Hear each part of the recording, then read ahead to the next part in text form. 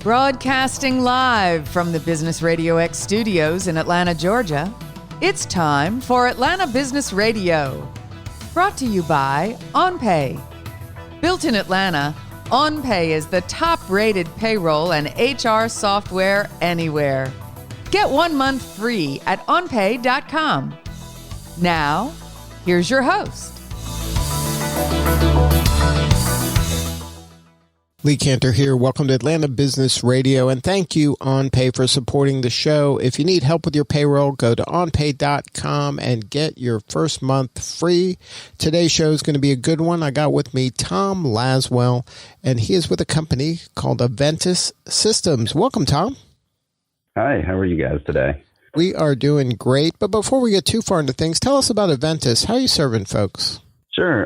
So Aventis Systems was started in 2008, and basically since then we've really built a market around reselling hardware, laptops, monitors, servers, everything like that.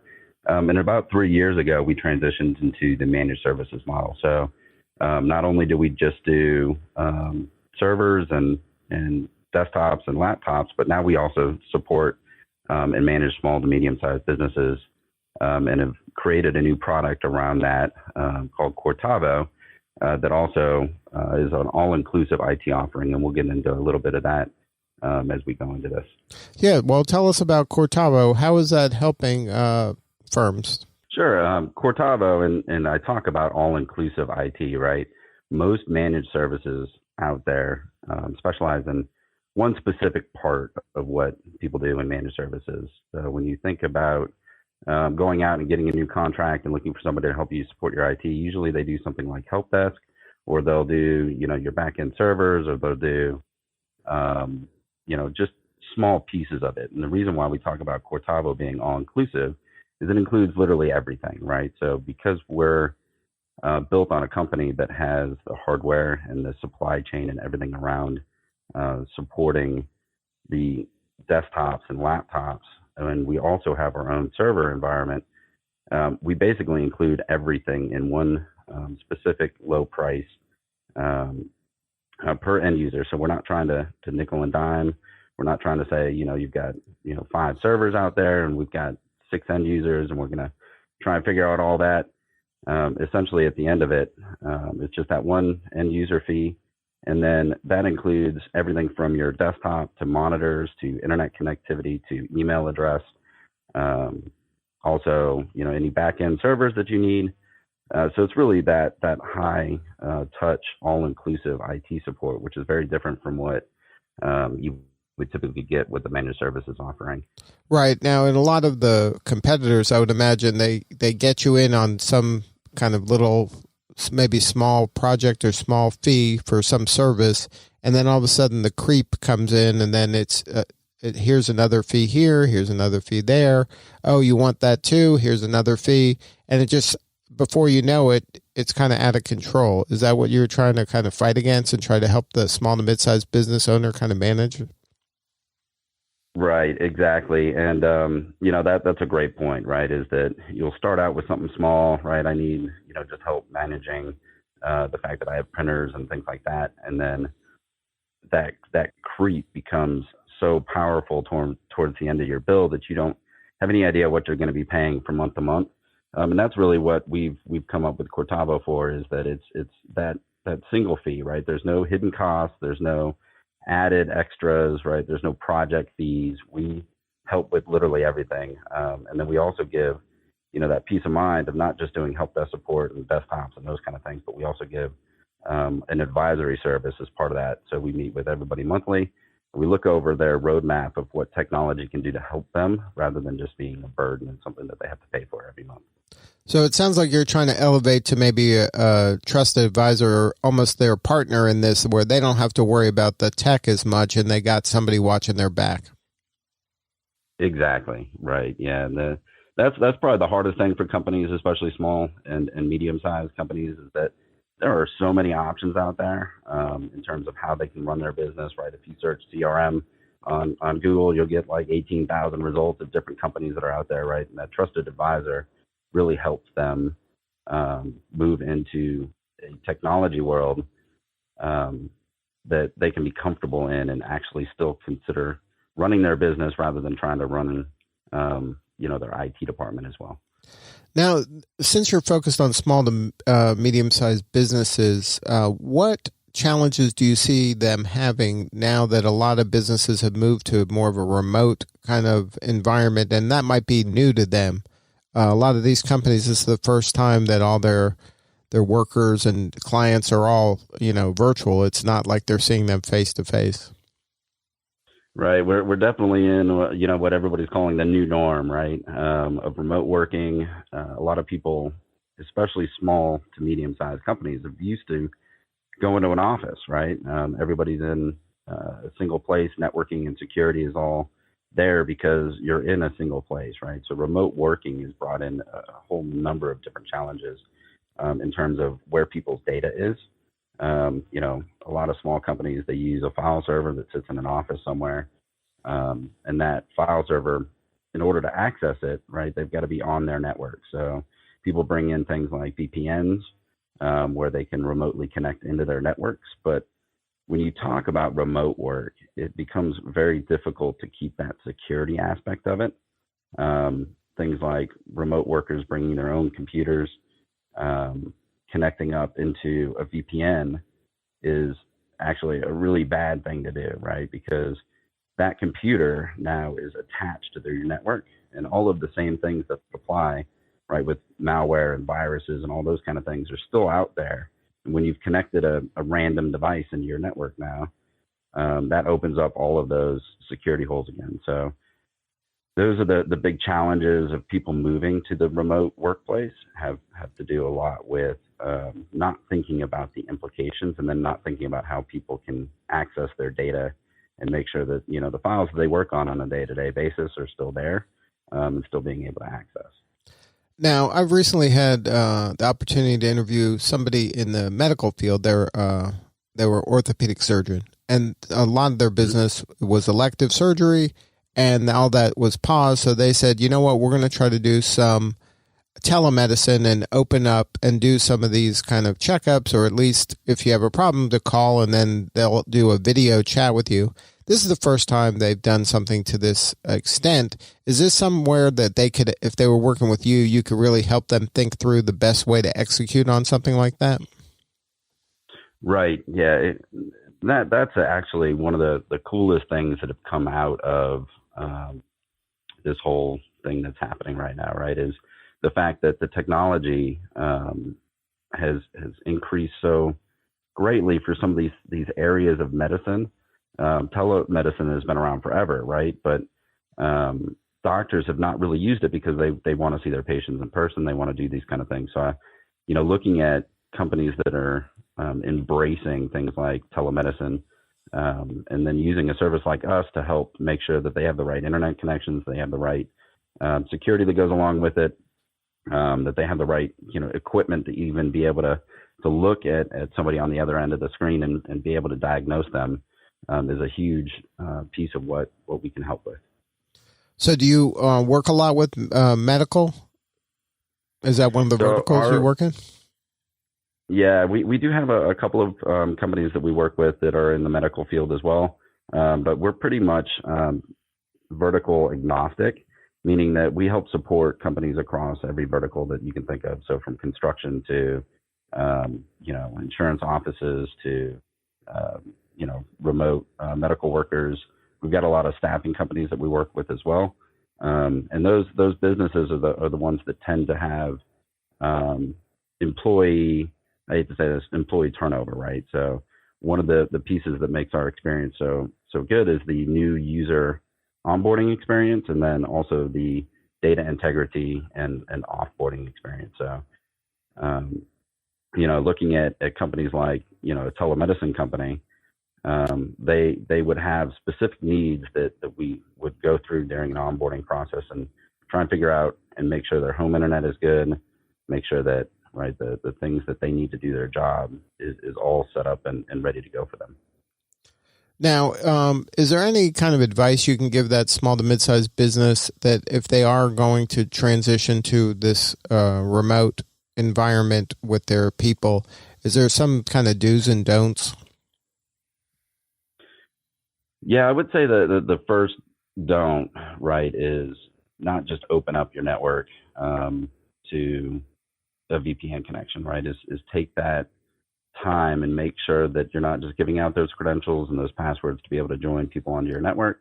Make sure that you're taking that time to have antivirus. Make sure that the computers that they're connecting with are semi-secure or secured, right?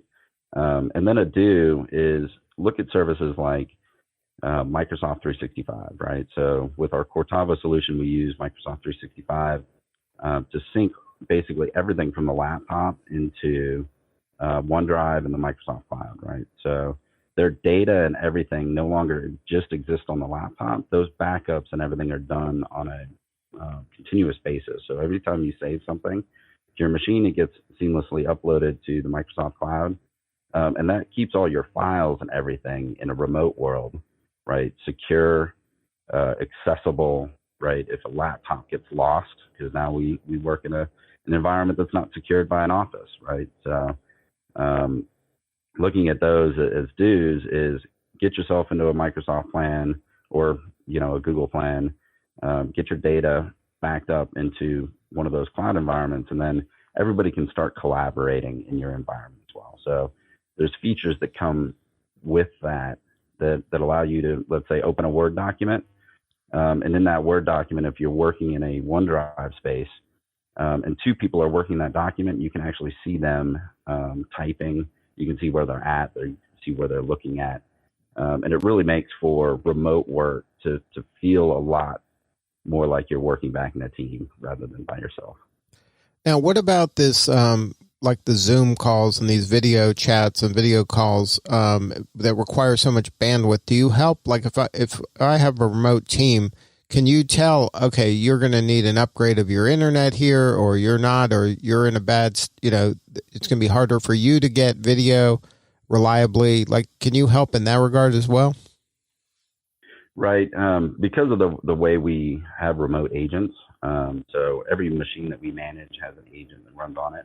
And it gives us a lot of information about that machine. One of them is the internet connectivity that you have, right? So we can tell whether there's constraints, and then looking at Zoom is a great, example of people historically have not worked in such forces remote, right? So the internet connectivity in most people's environments at home are very different from what they're used to at the office. And then, Comcast, AT&T, and the big home players have had real issues at the very beginning of this, keeping bandwidth alive, right? And we've seen, great strides in what they've done with neighborhoods and making sure that they can get connectivity. But that is definitely one of the things, right, that we would recommend to our customers that when they are working remote, that we take a look at what internet connectivity they have at home and whether we need to upgrade that connectivity.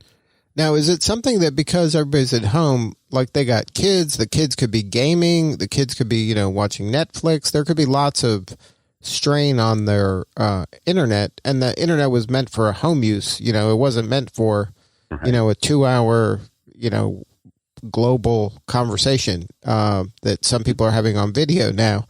Is there any tweaks that you can suggest for, people that are sharing their home internet with, a bunch of kids? Right. Yeah. And there are a lot of different types of home devices and, routers and things like that, that have controls in them.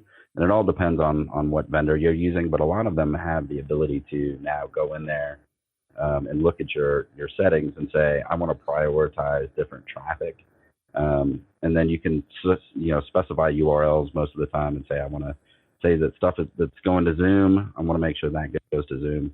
But it is a lot more complicated than just going in there and clicking a couple of buttons. So that is definitely one of the areas that we would help our home users through and set up their internet connections properly. The other things are, right, if you're in an environment where you just have, a regular modem and it's provided by your ISP, the best way to do is just, if you're having an important call, right, turn off all the TVs and make sure that Netflix isn't running. Because that's a real issue, right? There's only so much bandwidth that's coming into your house. Mm-hmm. Yeah, I remember seeing an article a couple of weeks back that said Netflix has stopped streaming the ultra high definition because of the fact that the internet slowed down from everybody all of a sudden working from home. Because if you think about it, when you're at home, sometimes you'll just have Netflix running in the background, right? Mm-hmm. You don't think about the implications that makes on your work environment. So now, and the overall internet, right? Right. I mean, because your home environment wasn't made for, it could be two adults working and a kid that's in college doing online classes and another kid that's, playing a video game. Like, right. That's not what your home environment was supposed to be. Right. And then you look at home internet and it's more of a shared mentality, right? So I hate to go back to it, but the DSL days, right, when everybody got home, and people that remember those times, right, the internet would slow down. Well, the same thing happened, right, when all of a sudden the entire workforce in the U.S. went remote. Those neighborhoods are not built to sustain, that kind of bandwidth. You can get a 1 gig internet connection from any one of the ISPs now, but that's not a guaranteed speed, right? So when you're in a shared neighborhood, you're dependent on all of the other people around you as well. So it's definitely one of those areas that people don't think about and haven't historically thought about because it's not really been an issue until, all of a sudden the whole country is working from their offices at their home. So now, for Aventis, what is kind of the point of entry for you? Are people switching from their existing service provider to you, or are you kind of the first time they've ever used a service provider in this manner? So we have a number of different ways people come to reach us. Most of the time, the companies that we're working with have used a managed services provider in the past, but we just launched something that we call the work from home bundles, and that's bringing a whole different aspect of the people that are coming in to want to utilize our service. So when we look at Cortavo is the traditional managed services that we provide, that can range from probably about 80% of people that have already used a managed service provider in the past, and they're just not getting what they need. And the extra 20% is new companies that are coming up that, have had historically maybe 5 to 10 employees, but are starting to grow in a sense of they don't want to continue to go into that consumer, store and buy a consumer grade laptop. They need to start moving into the business world. So we see a good amount of people in that aspect, and those work from home bundles are now bringing in companies that are between 1 and 5 employees that really historically have never needed to have laptops, but then we now offer these short-term contracts that are 6 months and a year to be able to bring them online, get them into a secure environment using Microsoft, and then migrating all their data so that those things that I talked about earlier about collaboration and making sure all your data is secure, we're doing these work from home bundles to enable people to be secure while they're working remote. And this is kind of a turnkey solution. Now they're going to get the laptop with the services and the ability to collaborate remotely. Like it's like kind of a, work from home in a box kind of situation that you're offering. Exactly. Right. It's everything that you need to work from home, including all the licensing that makes it so that you can work as a team. And then it's absolutely office in a box. And then it doesn't require kind of a long-term commitment. It can be 6 months. It doesn't have to be like, now I'm tied to you for life. I can just do this and see what happens at the end of this pandemic. And then maybe I'll go back to the office and I won't need it anymore. Right. Exactly. Yeah. And the long-term contracts, like our typical Cortavo solution is a 36-month contract, right? So the work from home bundles are really just to enable everybody to take those short-term commitments to make sure that, we help the IT industry as a whole, right? And those businesses that are around us that need security and the peace of mind to be able to work from home and still operate their businesses properly. Good stuff. Well, that's a very generous offer on your part. And are you seeing a lot of success in that area right now? Yeah, there's a huge amount of uptick. It's one of those areas where it's really hard for people to judge where the next 6 months are going to be. So these short-term contracts really have a good feeling to them, right? Because it doesn't lock them into anything long-term, and then they can be more secure and have all of those things that they need to run their business at home. So we're seeing a huge amount of traction with these work from home bundles. Well, good stuff. If somebody wanted to learn more about Aventis and this kind of, what do you call it, the Cortava work from home bundle, is there a website? Is there some information that they can learn more about? Yeah, the website is aventissystems.com, and then we have those work from home bundles featured on our main page. So if they just browse aventissystems.com and click on the banner that's scrolling on the page, they'll be able to get more information about those work from home bundles. And then Cortavo.com is also our managed services offering. So that's a site that's dedicated to Cortavo, and then that gives you all the information about our long-term contracts and everything. Well, Tom, thank you so much for sharing your story. And again, that's Aventis, Aventis systems.com to learn more about that work from home bundle. Thank you again for sharing your story today, Tom. Thank you. I appreciate it. All right. This is Lee Cantor for Atlanta Business Radio. And thanks again to OnPay for supporting us and making this show happen. And again, go to onpay.com and get your first month of payroll for free from them. This is Lee Cantor. We will see you all next time on Atlanta Business Radio. Today's episode of Atlanta Business Radio is brought to you by OnPay. Built in Atlanta, OnPay is the top-rated payroll and HR software anywhere. Get 1 month free at onpay.com.